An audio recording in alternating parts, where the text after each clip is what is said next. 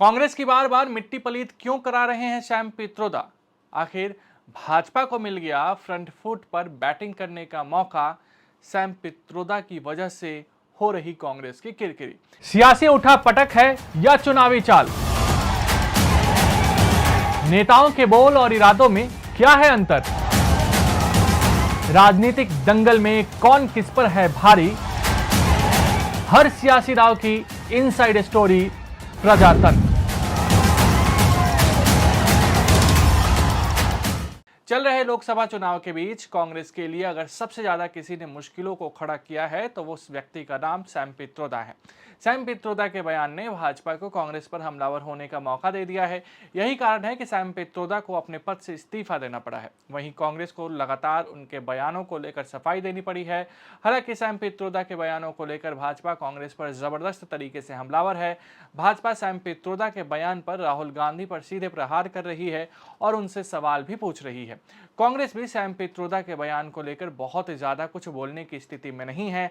Party की ओर से लगातार डैमेज कंट्रोल की कोशिश हो रही है। सैम पित्रोदा ने इंडियन ओवरसीज कांग्रेस के अध्यक्ष पद से हटने का फैसला लिया है और इस फैसले को कांग्रेस अध्यक्ष मल्लिकार्जुन खड़गे ने स्वीकार भी कर लिया है।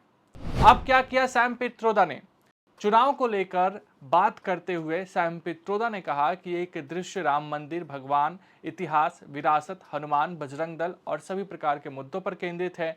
वहीं एक और समूह है जो कहता है कि हमारे संस्थापक पिता ने हिंदू राष्ट्र के लिए नहीं बल्कि एक धर्मनिरपेक्ष राष्ट्र के लिए ब्रिटिश राज से लड़ाई लड़ी थी।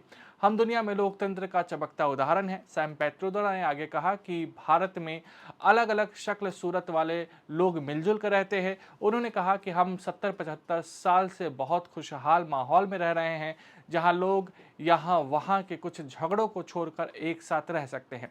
हम भारत जैसे विविधता वाले देश को एक साथ रख सकते हैं जहां पूर्व के लोग चीनी की तरह दिखते हैं, लोग पश्चिम में अरब जैसे दिखते हैं, उत्तर में लोग शायद श्वेत जैसे दिखते हैं और दक्षिण में लोग अफ्रीका जैसे दिखते हैं।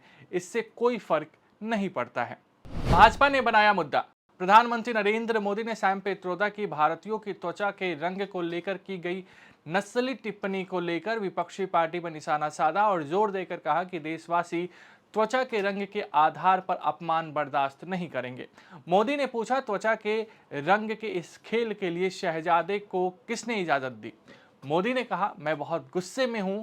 आज दोस्तों, मुझे कोई गाली दे, मुझे गुस्सा नहीं आता, मैं सहन कर लेता हूं। लेकिन आज शहजादे के फिलॉसफर ने इतनी बड़ी गाली दी है जिसने मुझे गुस्सा से भर दिया है। वित्त मंत्री निर्मला सीतारमण ने एक पोस्ट में कहा कि मैं दक्षिण भारत से हूं, मैं भारतीय दिखती हूं।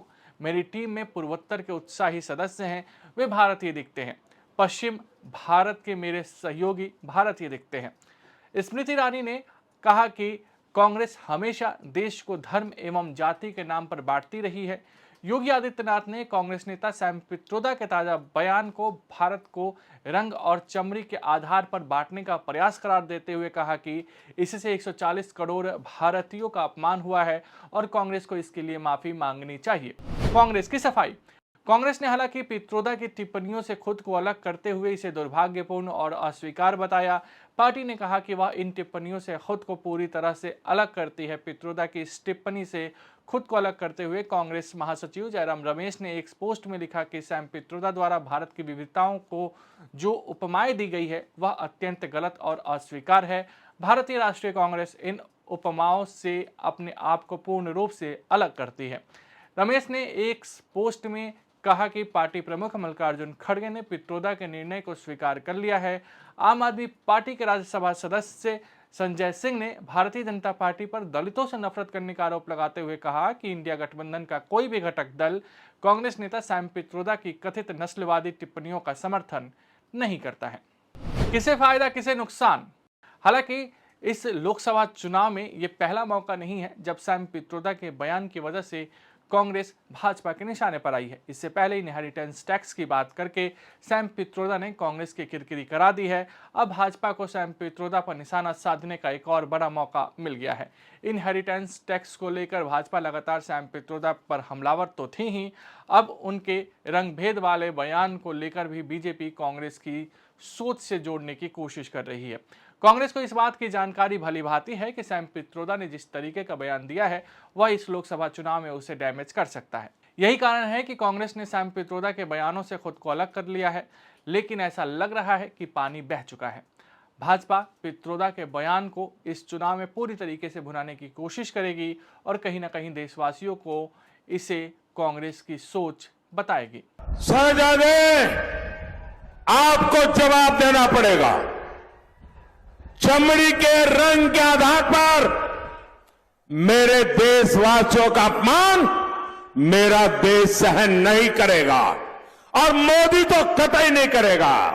पूछना चाहूंगा मैं कि लूज बॉल्स आपकी तरफ से भी आती हैं। इनहेरेंट टैक्स की बात आ गई, सैम पित्रोदा साहब ने करी, आज उन्होंने एक कमेंट कह रहे हैं हमारी तरफ से आती है। तो लूज बॉल्स जो आती है उसको पूरी तरीके से प्रधानमंत्री को तो फुल टॉस खेलने का मौका मिलता है। आज मंच से उन्होंने ये कहा कि जो रेसिस्ट कमेंट किया है सैम पित्रोदा ने, लेकिन आप देखिए कि प्रधानमंत्री भी राष्ट्रपति को भी कनेक्ट सुन करते लीजिए, पता नहीं क्या फिजूल की बातें कर रहे हैं। जो प्रधानमंत्री ना, जो क्या कहते हैं, फुल टॉस पे क्या कहा आपने? फुल टॉस पे लूज बॉल मिलती है तो फुल टॉस लगाते हैं। जो प्रधानमंत्री जो फुल टॉस पे खेलते हैं ना, तो इन्हीं फिजूल की बातों पे फुल टॉस खेलते हैं। मैं उनको चैलेंज करती हूँ, आप फुल टॉस खेलिए रोजगार पे, फुल टॉस खेलिए महंगाई पे, फुल टॉस खेलिए महिलाओं पे जो अत्याचार हो रहा है और जो अत्याचार करने उनको बचा रहे हैं उस पे खेलिए, फिर मैं मानूंगी कि हाँ कोई खेला है।